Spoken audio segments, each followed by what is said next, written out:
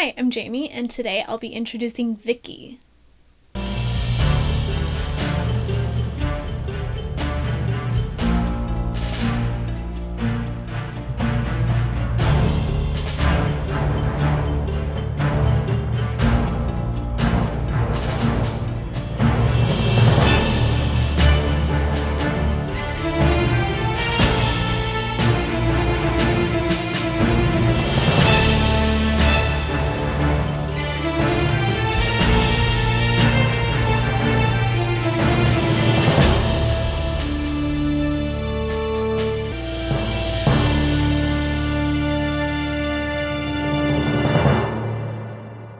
Vicki is an orphan from the 25th century, and she becomes like a adoptive granddaughter to the Doctor. After her mother died, Vicki and her father went to the planet Astra for a new start. Astra! Reminds me of Princess Astra. Sorry. But the ship crashed and all the crew were killed on it, except for Vicki and a man called Bennett. Now, when it was revealed who murdered all the survivors, Vicki was shocked to find that it was Bennett. And so she went to go travel with the Doctor, Ian, and Barbara. And from there, her journey began. Vicki, my dear, come in. But it's huge! And the outside is just... Well, Vicki, are you going to come with us? Oh, I'd like to. Yes, if you'll have me.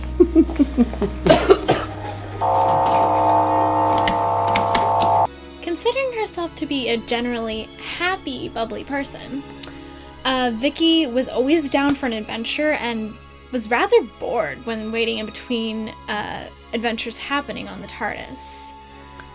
Most of her skills and knowledge were based in science, but she knew some history. Now, she was also known for happening to say the wrong thing at the wrong time to Barbara at times. But other than that, she proved to be quite the companion and proved herself that she was more than just Susan's replacement.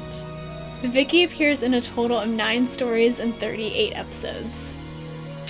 Starting in season 2, we have her first episode, The Rescue. And then next, it's The Romans. And after that, it's The Web Planet. And then we come across her first missing story, which is The Crusade. And it has episode 2 and 4 missing. And now we're on to the Space Museum. Then after that, it's The Chase. And her last episode in season 2 is The Time Meddler.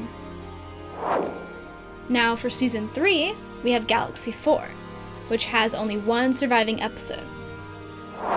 And then we have Vicki's last episode, which is The Mythmakers, and all of it is missing.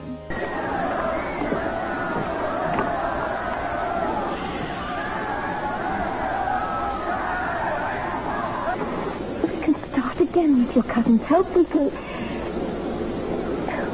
can build another Troy.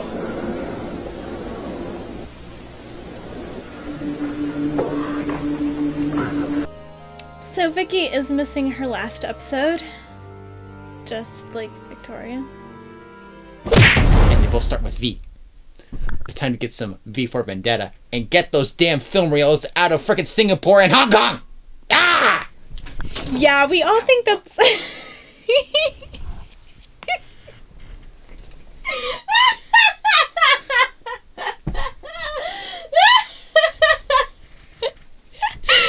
Sorry, I hit a wall.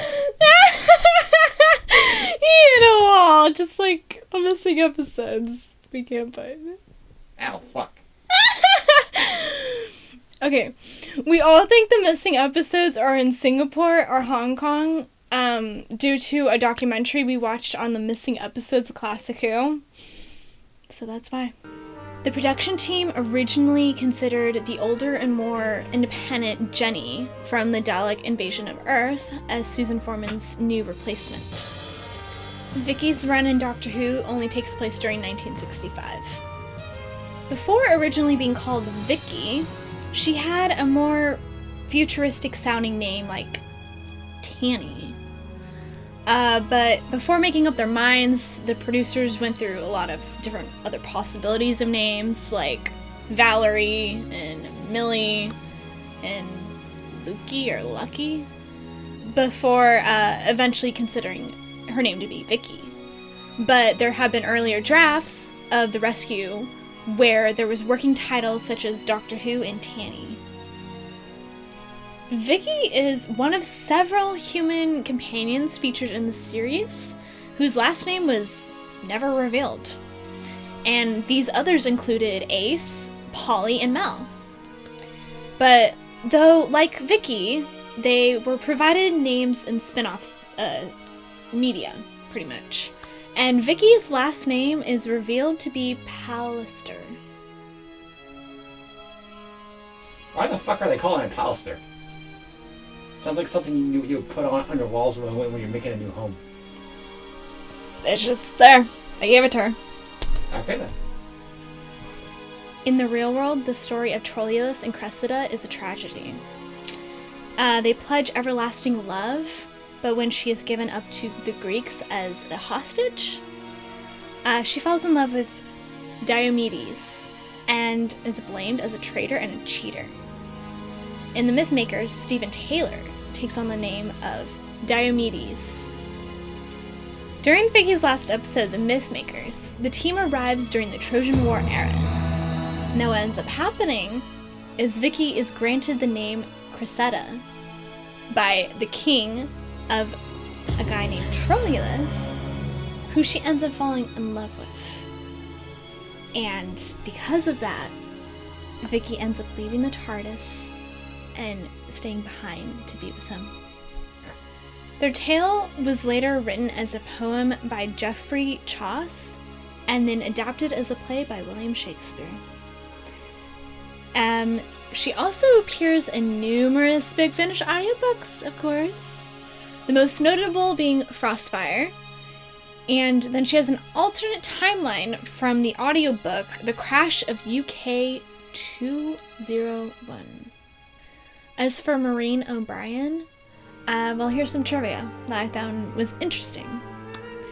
A letter shown on the Mounting the Rescue documentary included with the DVD release of The Rescue says that two girls from Liverpool, Maureen O'Brien and Denise Upson, were tested for the role of Vicki on Monday, the 14th of September, 1964.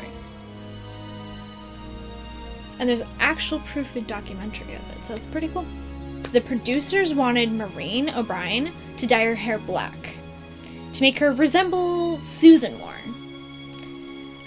Maureen refused and instead suggested the alternative of getting Karen Ann Ford back. She had a lack of interest in science fiction, but she worked on numerous Big Finish audios for Doctor Who, even playing a new character in them. Outside of Doctor Who these days, she's most known for being a best-selling author of mystery novels. Now, her first novel was in 1989, and it's called Close Up on Death. After that, in 2004, she published Every Step You Take. I kind of want to check them out. She was also depicted in the 2013 documentary An Adventure in Time and Space. And she was, it was in a scene where they were recreating the press photo call for when she was joining the cast of Doctor Who. And she was played by Anne-Lisa Drew. Maureen had just come out of drama school when she was first cast as Vicki, making Doctor Who her first television job. She was only about 21, 22 at the time. Thank you all for watching. If you've liked this, please like and subscribe to the channel. Be sure to share this video around to let everyone know. And also, special announcement. Michael and I will be at San Diego WhoCon coming up soon in October. And we're very excited because it's going to be our first panel. I'll be cosplaying Romana, hopefully from the Androids of Tara. I'm still trying to work on that outfit. And Michael, of course, will be the fourth Doctor along with me. And our panel is going to be on an introduction into Classic Who, because you know it's the best. So yeah, be sure to check us out there if you're in the area. As for our next video, we'll be covering Grace Holloway from the 8th Doctor movie. I'm so excited. See you all next time.